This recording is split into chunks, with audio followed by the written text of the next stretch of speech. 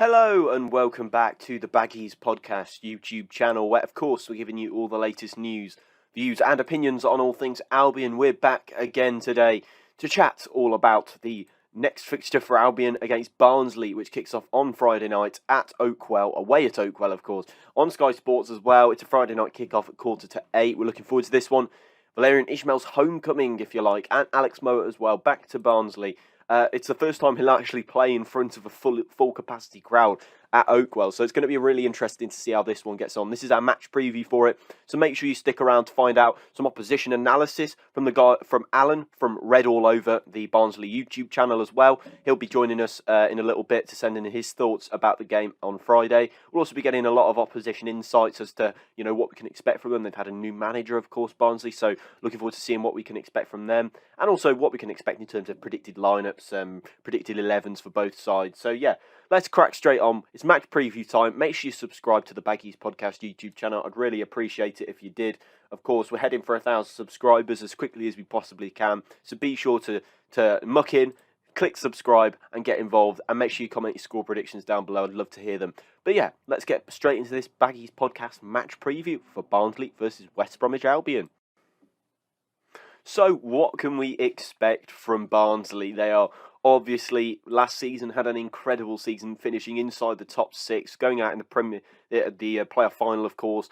But yeah, under Valérien Ismaël as well, of course, our new manager, signed from Barnsley following a release clause met, I think it was 2 million or so to release Ismaël from his contract at the Tykes, and he joined us in the summer, along with Alex Mowatt, who ran out of contract at Barnsley and didn't sign a new one, despite being offered the most lucrative wage a Barnsley player has ever been offered, according to them.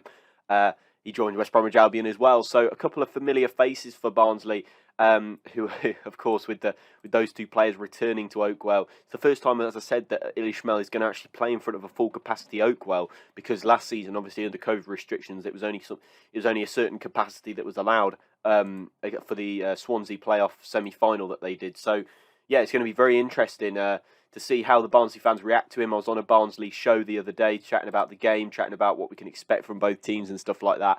And, they were saying, we'll give him a clap. But then I saw in the Twitter comments to that particular clip, there are plenty of people who won't be giving him a clap. So very interesting indeed from the guys over at Barnsley, the fans. How are they going to react to him? How are they going to see him? Because, it's always nice to see... it's always nice to see, fans, how they react to a certain player coming back. Obviously, we've had a fair few of those players leave us for some bigger club or bigger ambitions, and Barnsley may see that and they may not like it, but some may. So some may appreciate the work that he did. I would personally appreciate the work he did with Barnsley, but it's not up to me to say because I don't support Barnsley.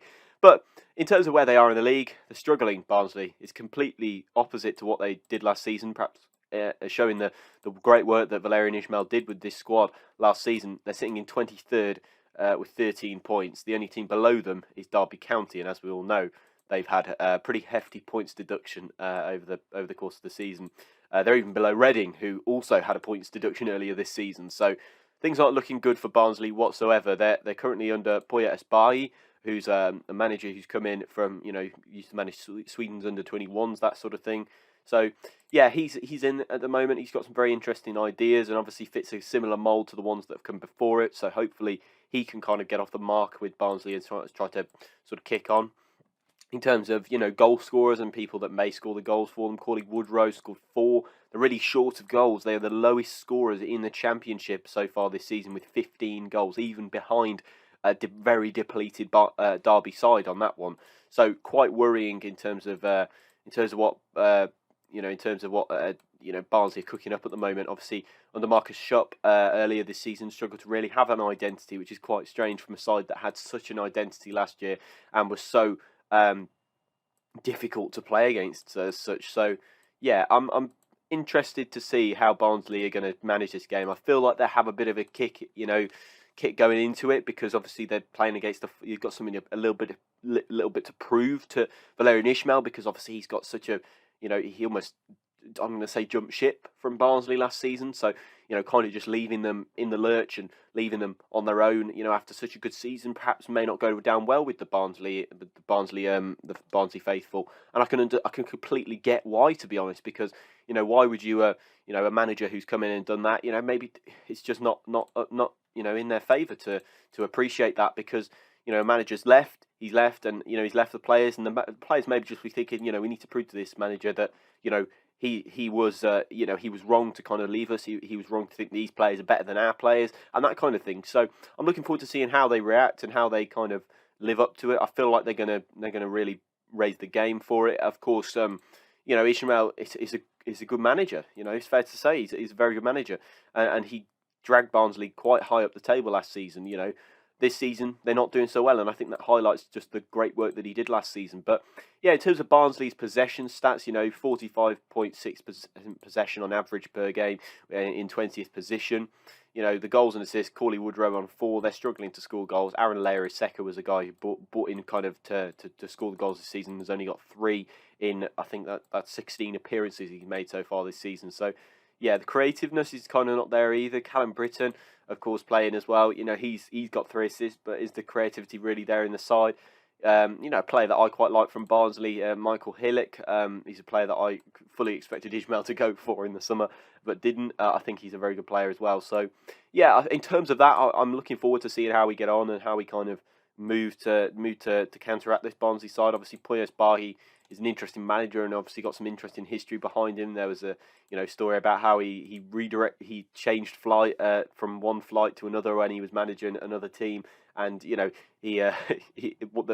flight that he originally was on with his side crashed, and caused fatalities, whereas the other flight that they were on was fine. So yeah, it's just a little interesting story there behind Puyo Spargi. But yeah, in terms of Barnsley, what we can expect from them, I feel like we can expect high pressing and that sort of intense physical style of play. I feel like that all the Barnsley managers tend to kind of fit in with that stuff. They get their recruitment, they get their sort of club ethos very right, and I think that's what we're kind of trying to implement here at West Brom. But we'll see how long that lasts. But we saw the owners at the club the other day, which was quite interesting. Well, owner, I'll say a controlling shareholder is what was delivered from the Albion Twitter account in terms of Guachuan Lai, who came to the club and probably survived an overall 38-day quarantine period before and after coming to West Brom to visit us, to show that he's still interested in us, and he wants to show he does want to sell, but he wants to show us that he's got he needs to get us up before he starts attempting to sell us. So yeah, it's interesting whether he'll stick to his word. I highly doubt it, but I'll happily give him a bit of, give him the benefit of the doubt and let him go. So yeah, in terms of what we can kind of expect from Barnsley in terms of a lineup, before we let Alan give us a bit of an opposition insight, this is sort of what I think they'll go for. This is just based on their most common lineup so far this season. Obviously, they've got quite a few common lineups, but in goal, I've gone for Collins in goal with a back 3 of Sibic, Helic, and Jasper Moon, I think that is, at left centre back. Then I've gone for Britton, Palmer, Benson, Styles across the midfield 4 with Fraser, Woodrow, and Clark Udor in that front 3. But let's hand over now to Alan Smith from the Red All Over Barnsley show, who's going to give us a little bit of an insight into what we can kind of expect from Barnsley, how he expects them to perform, and what he thinks of the game. Spoke to Alan on the other day ahead of the game, and he was not looking forward to it. So let's hear what Alan's got to say. If you want to check out the Red All Over YouTube channel, or you want to check out Alan's Twitter, be sure to check the links in the description. But yeah, let's hear what Alan has to say. Alan Smith from the Red All Over show. Looking forward to Friday night at Oakwell against West Bromwich Albion. The return of Valerian Ishmael and Alex Mowat. To be honest, Valerian's going to know more about our team than he probably does about your team. It's going to be a tough evening. Really not looking forward to it. I think he'll get a decent welcome back at Oakwell, as will Alex Mowat. As far as players to watch, player for the season so far for myself is goalkeeper Brad Collins. Is had an exceptional season. Although we've only won 2 all season, it's a difficult season for us. Also up front, we've got Carlton Morris back, who was injured early on and his first victory took well against Coventry City, who came back after the last international break. I'd like to wish all Baggies fans Merry Christmas. Hopefully Baggies won't be bouncing on Friday night, but who knows. I think, to be honest, you will be. I think I can see you beating us 2-0. All the very best. So thank you, Alan, for sending in that video. Really do appreciate that. You'll find all the links for Red All Over and, of course, Alan himself in the link. It's in the description. Big thank you for sending that in. Some opposition insight from Alan Smith from the Red All Over show on YouTube. But yeah, in terms of what we can expect from West Brom, that's enough about Barnsley. We're a West Brom channel. Let's crack on and talk West Brom. My lineup for this one, obviously, we've had a bit of a COVID-stricken squad, if we like. It's not been going too well for us. It's not been going well at all. In terms of COVID cases, having several players out, all in the defence as well, which was the most probably irritating thing. You know, if you think about who Ismail had to pick in the defence, he had to pick Adam Reach and Jake Livermore, and that's no disrespect to them, but because they did a good job. They did a really good job against Reading, be it they weren't massively tested at all. Andy Carroll was pretty anonymous throughout that game, but in terms of what we can expect from a lineup, I think two of the players that were isolating, so that's Kipre, Clark, Connor Townsend, Shemi Ajayi, two of those players will be, back from isolation on Friday. So that is on Friday. So it's unlikely that they are going to start the game. I really do doubt that. So yeah, I wouldn't be surprised to see that them not, two of those players not make the squad if they're out on Friday. But I'd say in goal, Sam Johnston, and then a back three of Adam Reach, Jake Livermore, and Kyle Bartley. I think that would be fair. Then a midfield four of Taylor Gardner Hickman on the left, as he did so well last time, out of position. I think he's probably going to have to play there again. Then I'll go for a midfield pairing of Alec Mowat and Jason Malumbi, who looked really mobile and really agile in that game against Reading. Then the right wing back will go for Darnell Furlong, and a front three of Carlan Grant, Jordan Hugo, and Callum Robinson, assuming that Grady Dean Garner isn't back from his illness, which according to Valerian Ismail isn't COVID related. So yeah, looking forward to this one. Looking forward to seeing how it goes. My prediction, if I have to give one, will be 1-0 West Brom. I think it's going to be scrappy. I think Poya Spargy's team are going to really play up to it. I think he can probably use that and try and say he can try and use it to say that I'm this is my side and this is my this is what we got to prove to him. So yeah, looking forward to it and looking forward to seeing how we get on. I'll say 1-0. I think it's going to be a scrappy goal at the end.